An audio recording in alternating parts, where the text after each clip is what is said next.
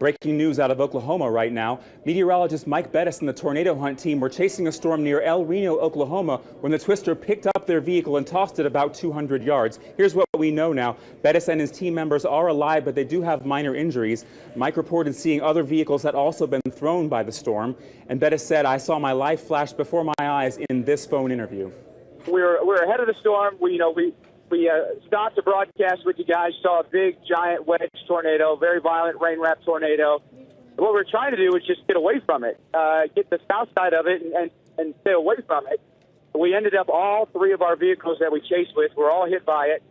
The two of them are okay and operable. The vehicle that I was in and two photographers, Austin and Brad, we took a ride. The tornado threw us about 200 yards off the highway into a field. Vehicles smashed.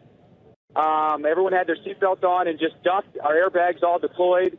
We have a big SUV that we ride in, a big GMC Yukon. The roof is smashed in. The front is smashed in. The front wheels are hanging off of it.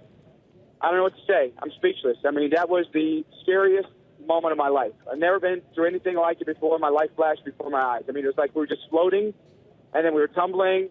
I mean, we tumbled I don't know how many times. I would count at least 6-8 times we tumbled, and then we were airborne at one point. We were just floating, and we weren't tumbling anymore, and then we came down hard.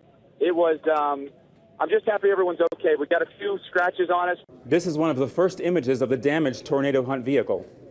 We'll have updates on Mike Bettis and the tornado hunt team as they come in. I'm Matt Sampson with weather.com. There's the tornado there with Reed. Wow. Holy mackerel. That's Reed.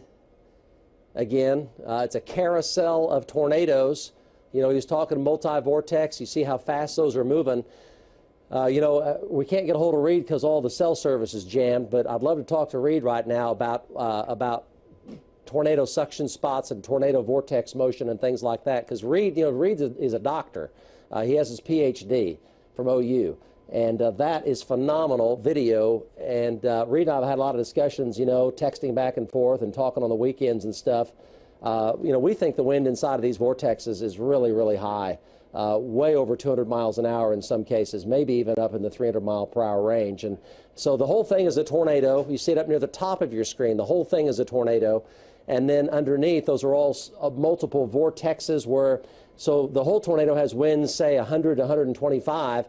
And then the suction spots, the winds go up over 200 and may go up in the 300-mile-per-hour range. Because of the friction near the earth, the wind speed's actually the fastest down near the earth. It's in a layer just above what we call the friction layer, where the surface of the earth slows the wind speed down.